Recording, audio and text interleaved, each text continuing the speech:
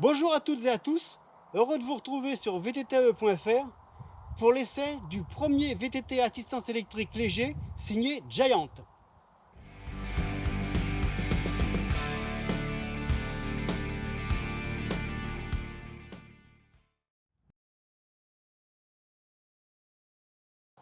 La particularité de ce Giant Trans-X i+ Elite, c'est qu'il est équipé du moteur Giant ThinkDrive Pro que l'on trouve sur les VTT-AE sportifs de la marque, mais on va dire qu'il est légèrement adouci, avec un tout petit peu moins de couple, mais il y a quasiment autant d'assistance et c'est autant exploitable que le moteur full power.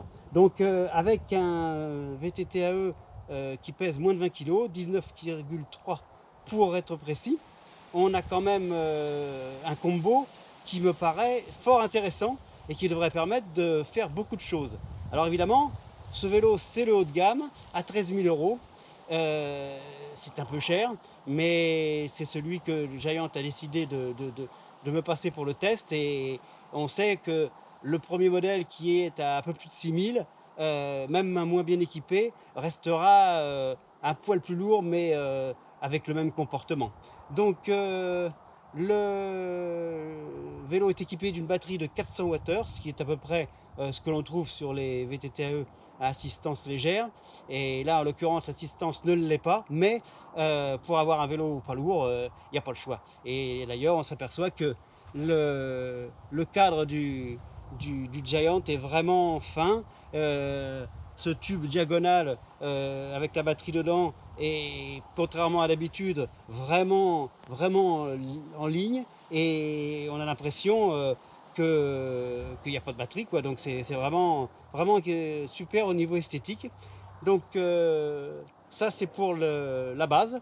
Je vais vous faire un petit tour du vélo en détail et après on ira sur le terrain.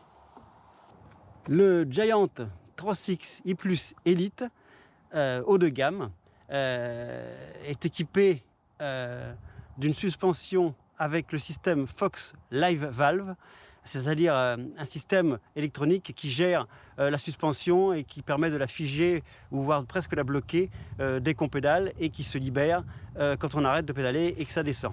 Ça, c'est sur le papier. Après, on verra sur le terrain comment ça se comporte. À l'avant, on a une fourche en 150 mm de débattement, une 36 Kashima, un amortisseur Flotte X Evol à l'arrière. La transmission, c'est du haut de gamme en AXS classique, un XO1. Carbone à tous les étages, au niveau des jantes, du combo potence-cintre, évidemment du cadre. Et on s'aperçoit aussi qu'on a le système sur les valves qui permet de vérifier la pression en fonction de son poids, etc. etc. Bref, pour moi, tout ça, c'est du gadget, et c'est ce qui fait monter le prix, et on s'en passe vraiment facilement, pour peu qu'on soit habitué à faire du VTT.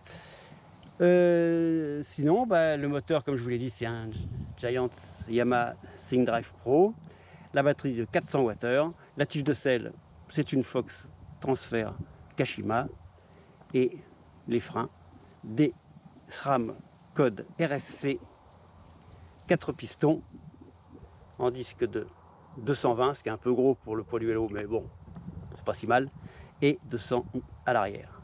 Voilà, et bien ça c'est dit. Maintenant on va aller faire du vélo. D'emblée, ce qu'on note avec ce VTT-AE assistance légère, qui n'en est pas un, c'est que un gars qui a la caisse, il va rouler à 75% du parcours en éco, et du coup conserver une autonomie bien supérieure, alors qu'après, celui qui a moins la caisse, eh ben, il monte en assistance, et quand arrivent des passages un peu plus raides, ça permet de monter à une bonne vitesse, en consommant certes un peu plus d'énergie au niveau de la batterie, mais en ayant une assistance digne de ce nom.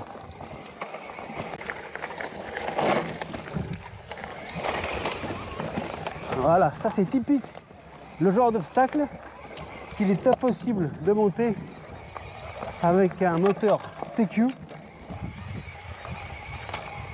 avec même le moteur BH. Et c'est très compliqué avec le Specialized SL 1.2, c'est-à-dire un passage où on est obligé de mettre un bon coup de pédale avec un coup de cul très raide. Et là, l'assistance du Giant permet d'avoir suffisamment de puissance et de couple pour pédaler, monter, comme si on avait un moteur full power, parce que c'est quasiment le cas, mais en plus avec le poids, on va dire, le côté un petit peu plus doux du moteur permet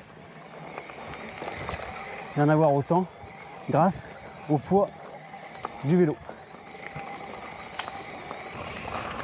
Ce que j'ai bien aimé aussi, c'est dans des enfilades rapides comme ça, avec un peu de la descente, quelques virages,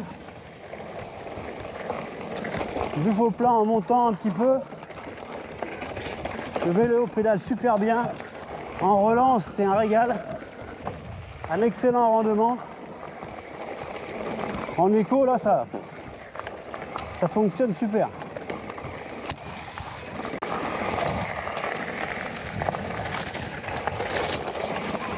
Là où il est vraiment bien, c'est dans des enfilades comme ça. Ça relance super. Et après, quand ça monte davantage, hop, un petit coup en danseuse, on se faufile. Quelques petites pertes d'adhérence, mais pas trop, avec les jantes de carbone dans la gravette, mais sinon, super sympa, marrant.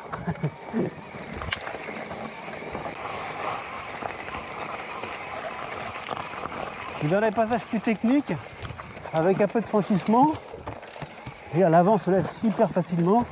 On choisit sa trajectoire, on le place où on veut. Une belle marche, hop, ça monte tout seul. Non, c'est l'avantage d'avoir un vélo à moins de 20 kg et un moteur qui a des watts. On se sent pousser des ailes en fait. Bon.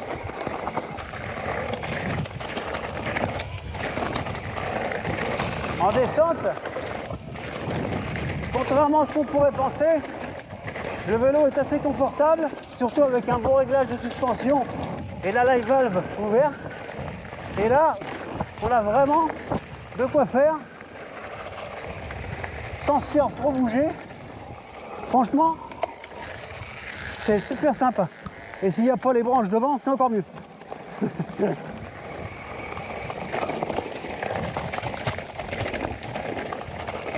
Et en descente, là, c'est là qu'on s'aperçoit que, caillou ou pas, il est vraiment hyper stable, confortable, avec vraiment hyper vif, maniable.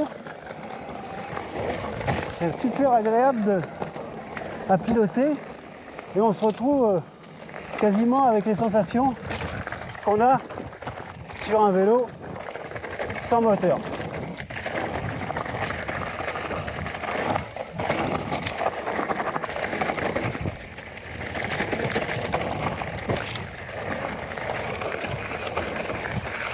On relance un bon coup et c'est parti. Conserve la vitesse. Vraiment top.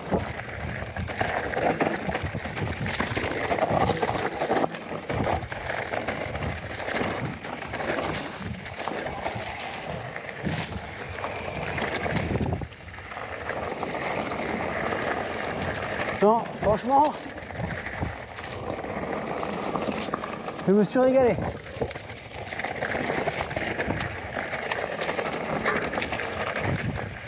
Ben, voilà, on a à peu près tout dit. Et on va faire un petit débrief dans la foulée. Allez, on se retrouve dans quelques instants pour la conclusion.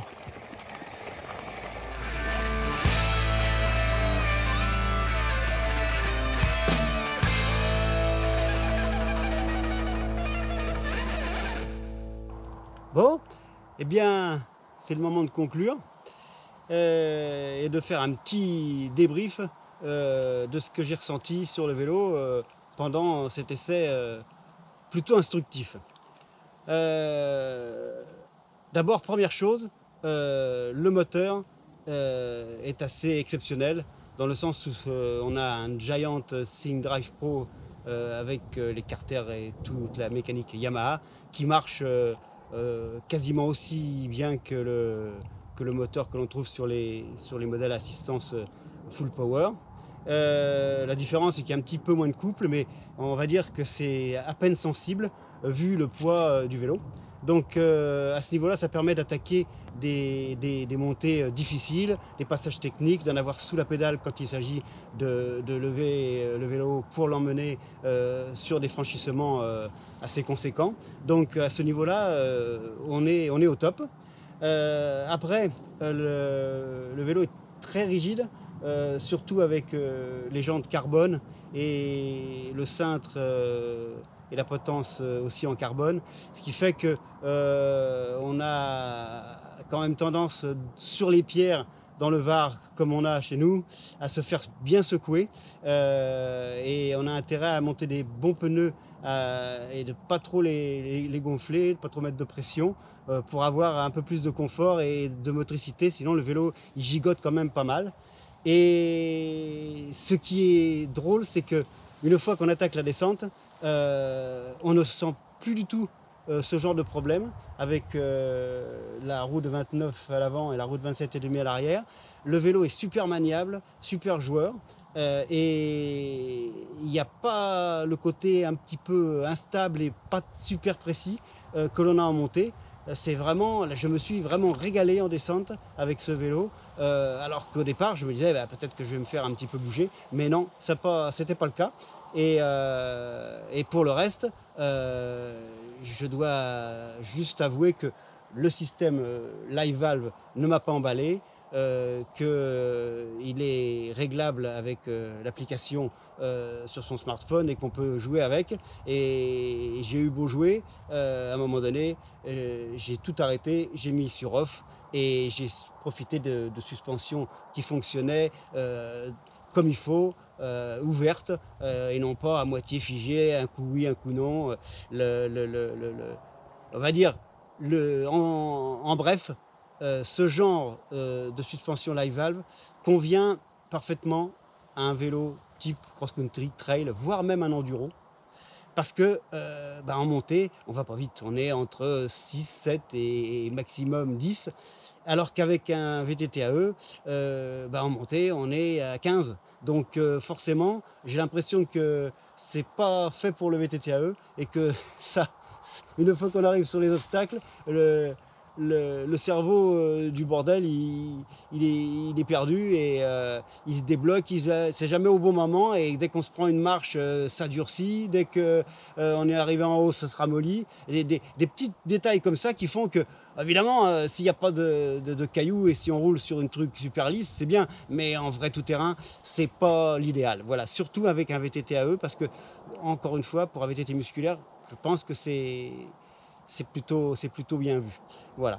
Et puis dernier truc, au niveau de l'autonomie, avec une batterie de 400 Wh, forcément, il n'y a pas des masses, mais on est quand même sur du entre 900 et 1000 mètres de dénivelé positif pour une utilisation sportive en colline et 35-40 km, ouais, au moins on va dire autour de 40 quoi. Donc ça va quand même pas mal parce qu'on se fait 2 bonnes heures de vélo avec un un VTT-AE qui pèse pas très lourd, et ça, c'est quand même le bonheur, parce que c'est quand même aussi la première fois pratiquement, mis à part les Hot Wheels ou quelques vélos comme ça, c'est la première fois qu'on a un VTT-AE léger, avec un moteur qui fonctionne bien, et on va dire une batterie qui permet avec 400 Wh de faire de bonnes heures de vrai VTT. Donc franchement, j'ai été convaincu par le produit, même si effectivement, encore une fois, à ce prix-là, c'est pas donné à tout le monde de se l'acheter, mais il y a des modèles moins chers et qui sont pas beaucoup moins performants. Et je veux dire, est-ce qu'on a besoin des valves électroniques, de la suspension électronique, et même de tout ce qui est potence et cintre carbone et tout ça? Je pense pas. Même si le vélo fait 1,5 kg de plus, on reste toujours autour des 20 kg, un poil au-dessus, et c'est déjà pas mal, parce que ça change tout quand même par rapport à un vélo à 25 kg. Voilà, eh bien, on a fait le tour. Je vous remercie de m'avoir suivi pour cet essai. Plus de détails éventuellement sur le site vtte.fr. Et quant à moi, je vous donne rendez-vous très bientôt pour l'essai d'un VTT-AE peut-être encore à assistance légère, contrairement à celui-là qui ne l'est pas vraiment. Et en attendant, bon ride sur les chemins et amusez-vous bien. Ciao les gars et les filles.